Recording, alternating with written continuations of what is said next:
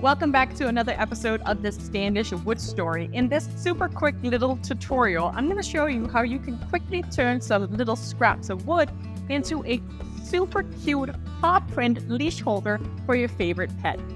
Follow along and see how. So the first thing you want to do is make sure that you have some wood that are of different colors.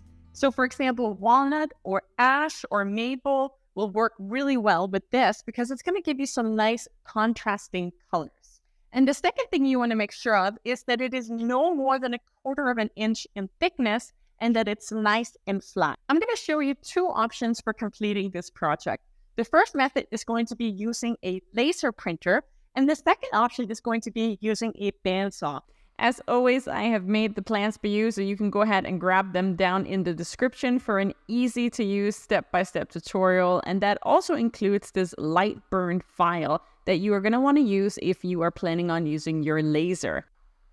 And with your plans all loaded into your laser, it is time to cut out the outside shape first. And right after that, you're going to go ahead and cut out the inside pieces on that alternating wood type to really get that nice effect. Don't forget to change the name of your pet if you are engraving it.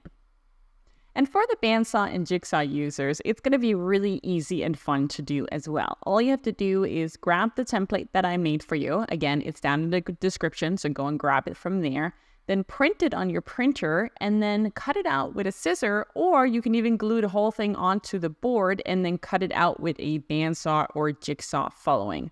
And regardless of how you print it or cut these out, it is now time to sand the pieces. I do find that by cutting them with the laser, they get a lot more scored, but even the bandsaw sometimes gives me a little bit of burn mark. So it's completely up to you whether or not you want to leave that or sand that off.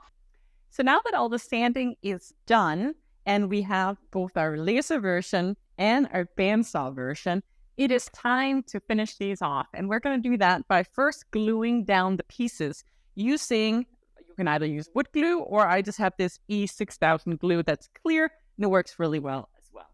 I'm using tongue oil to finish these off as it's a great protection and I like how it brings out all the colors of especially the walnut. I also just want to take a quick minute to say thank you so much for following along with this story and subscribing and liking my content. It really ensures that I can continue to do these stories and your support means the world to me.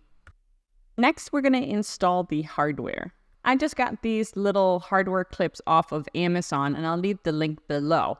But there is a very specific way that you want to install these. So first, make your markings and then drill some holes where these screws are going to go through. But instead of actually screwing screws into the wood, you are going to use the hooks and you're going to align this onto the wall. And then you're going to potentially add some plugs like I have to do here.